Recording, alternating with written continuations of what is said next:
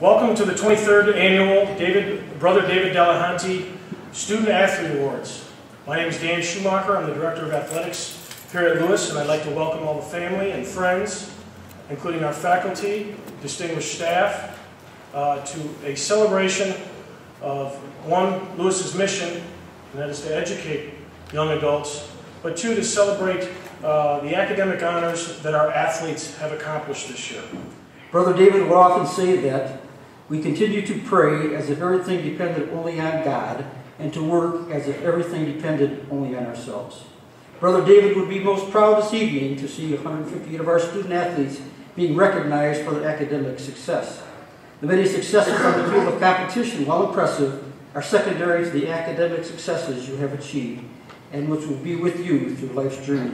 Congratulations to each of you and to your families. As we all realize, the theme for NCAA Division II is life in balance. And with each new year, I rejoice further in the realization that our intercollegiate athletic teams compete very successfully at that level where academics and athletics are effectively balanced, where there's a consistent focus on whole person education. Brother David Delahanty would be very proud.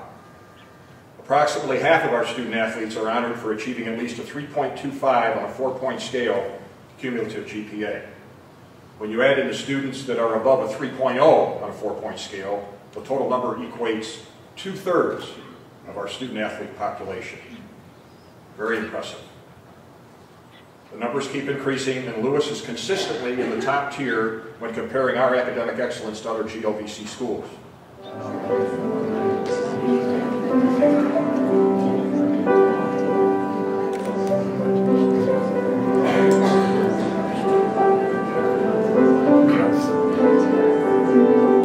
I too have had many moments of frustration and resignation over the years, in which I felt unable to fully cope with the pressure of being a student athlete.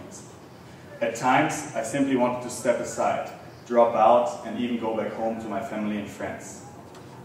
However, tonight's ceremony honors all of us and our ability to persevere with difficult, challenging, and grueling pressures, as all of the award recipients have earned the distinction of a cumulative GPA of 3.25. Not every student athlete is a perfectly well-rounded individual, and not every team is a perfectly balanced unit.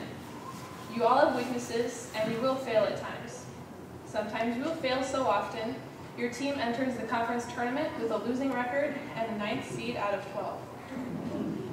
But I am a good student.